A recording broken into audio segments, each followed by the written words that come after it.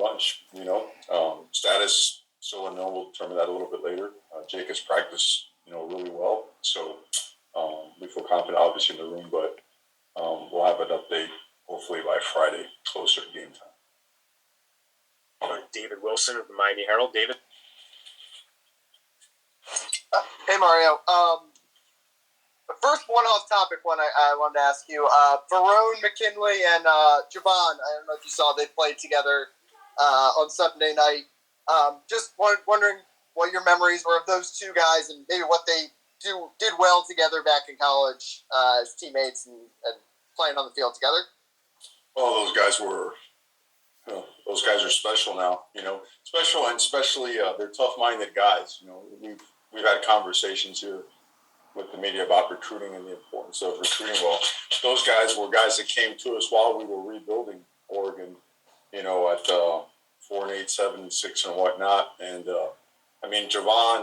Javon played like every position imaginable. Wide receiver, DB, kick returner, punt returner, and just brought a bunch of energy in. And Verone was the same guy. Verone was known in Texas as being like almost like one of those Swiss Army knife guys. He could do it all. He could do it all. The return game, special teams, tremendous ball skills. Both those guys, just exceptional human beings. Number one, relentless students of the game. Their football IQs are like through the roof and beyond. Insane hard workers, and they were leaders of the team, respectively. I remember Javon did it as a young guy. Javon only had the opportunity to play 2 years before the pandemic hit and getting drafted, and did absolutely unbelievable stuff and helped lead us to a Rose Bowl win and a top 5 finish. And Verone was unbelievable. I'll never forget what Verone did as a team leader when we were headed up to play Ohio State.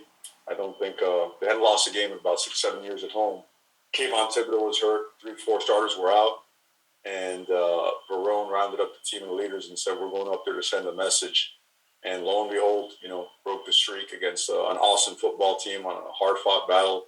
Those guys, forever indebted to them for the incredible experience they brought to myself and everybody associated with that program. Go to Luke Cheney from All Hurricanes. Luke? Hey, Coach. What were some of the things that stood out about Virginia's defense from watching them on film? Well, you like to say it starts and ends up front, and it does a lot for them, but they have tremendous experience on the back end. People don't get behind them. They made tremendous plays on the ball for on-deep shots, contested catches, but particularly last game, the amount of pressure they put on the quarterback, the amount of pressure they put up front, the way they disrupted the line of scrimmage in the run game, they shut down their opponent completely. And it's something that you could tell game by game that's been coming on. They put on a tremendous performance. They could run and strike. They're big and physical. Linebacker carries over to special teams as well. So all in all, it's a really good defense. Go to David Lang of WPLG. David? Hey, Coach. Good to talk to you. You've talked a lot about sort of building from the ground up, what you're building with the program, how guys practice, how you recruit, everything that you're doing to rebuild the University of Miami and to build it in the way that you want the program to be. After games like last week, people tend to have knee-jerk reactions because there's not necessarily the manifestations of all that hard work you're putting are showing on Saturdays. So what I'm curious is, what is a fair timetable that people should have who are not inside the program, who don't see the work that you guys are putting in, to where all of that will start showing on game days? Sure. No, I think it's a great question. I just don't know if it's fair to talk in timetables until there's you have to have a snapshot of what the starting point is, right? Different teams have different starting points. We just talked about two guys, Verone McKinley and Javon Holland. Well, a starting point there is a team that's won the Pac-12 the last 3 years and won the Rose Bowl. It's a pretty good starting point, right? The starting point here is different, and to me, that's the exciting part. And maybe I view it different. Maybe it hits me different because I played here and love the place inside and out. It still doesn't, it doesn't interfere with the fact that we have work to do and a ton of work to do. In terms of a timetable, I think that's for a long, long discussion and an A to Z assessment and description of each position, where we have to go, where we are. Everything from experience to talent level to depth to scheme adjustments, scheme fits. There's a lot that goes into it. So there's no way. I don't think you could answer that question, and I certainly don't want to dance around the question. What we have to do takes hard work and takes time. It's the best way I can answer. Got time for a few more for Coach Cristobal. If you have questions, please get your hands up. We'll go to Susan Miller-Degnan from the Miami Herald. Susan? Mario, has Tyler Van Dyke practiced this week? And also, how has Jake been handling this week, taking the reps? And if he should play a lot, if Jake should start or play a lot, how do you help keep him calm in this game? Tyler has practiced very little.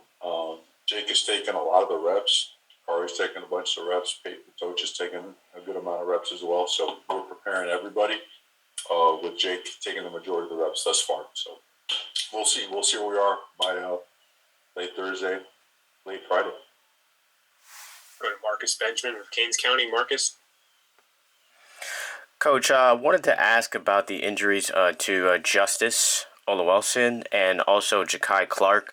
When he left, when Jonathan Dennis was unable to kind of finish the game, Ja'Kai Clark got in, and really it seemed as if the offensive line took a step up in communication. So if you could just kind of talk a little bit about, those injuries and also how important Clark is to the offensive line when it comes to communication. I think I'll try to answer them in order if I remember the order correctly. The first part, Justice injured himself pretty good. We don't expect him back for a while. Jonathan Dennis, his first start at Virginia Tech, had some ups and some downs. He was playing really well and practiced really well all last week until he got hurt, and he was communicating really well.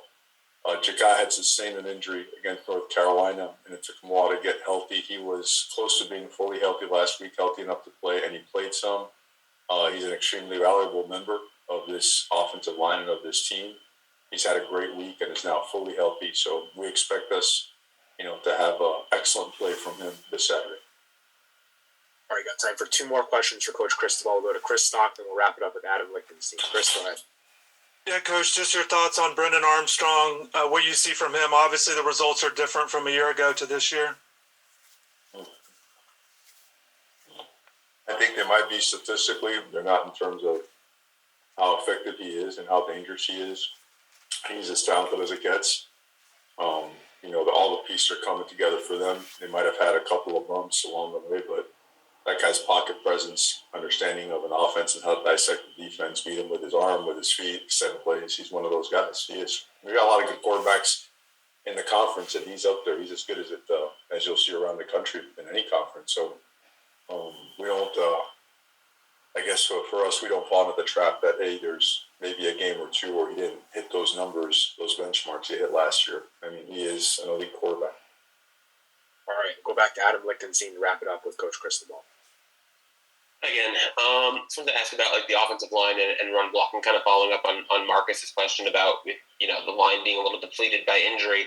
How have you kind of been working on improving offensive line's run blocking particularly?